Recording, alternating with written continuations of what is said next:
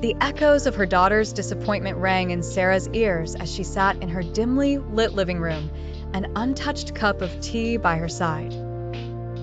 It had been a few months since she last spoke to her family, cutting ties with them on account of David, a man who had woven himself so tightly into her life that loosening his grip felt impossible.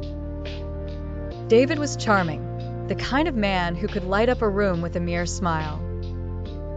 When he entered Sarah's life, it was after a lengthy period of solitude following her divorce.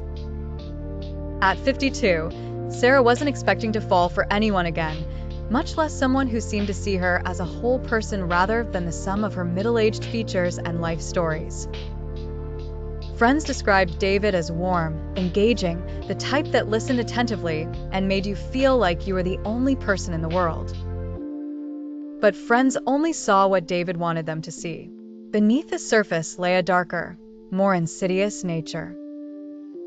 David was a narcissist, a master manipulator who preyed on Sarah's vulnerabilities with a blend of affection and possessiveness.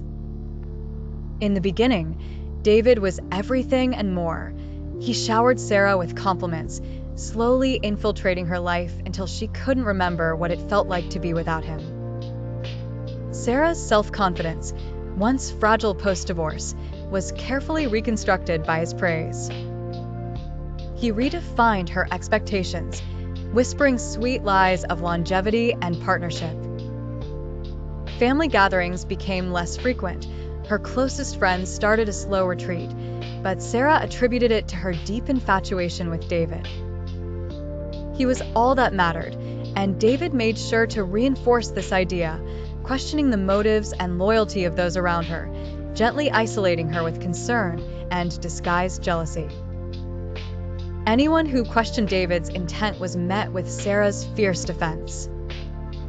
David had woven a narrative where he was the protector, the misunderstood lover, and anyone who challenged that was immediately considered an adversary.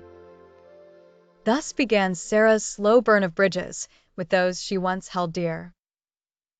Her oldest friend, Jane, tried to intervene, expressing concerns about how David's world had become the only world Sarah seemed to inhabit.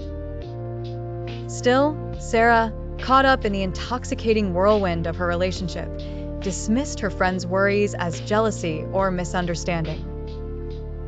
"David loves me," she'd say, shoulders square, "more than anyone else ever has." The first cracks began to show when David's mood swings became more volatile.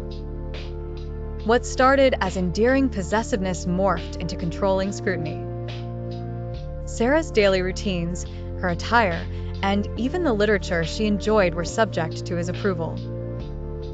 Her children noticed, wondering where their mother had disappeared to. The emotional toll was more devastating than Sarah initially grasped. Her world dwindled down to David and the illusion he maintained. Her past joys slowly blurred, connections faded. By the time she realized the suffocation, it almost felt too late to reclaim what once was. Sarah finally saw the truth when her daughter, Lucy, reached out with an olive branch, a photo showing happier familial times with a simple note, "We miss you." The sadness in Lucy's eyes was painfully clear, reflecting her own buried sorrow. David, predictably, scoffed at the gesture, belittling what once was and reminding her of her supposed real family now him. Realization hit Sarah like a tidal wave.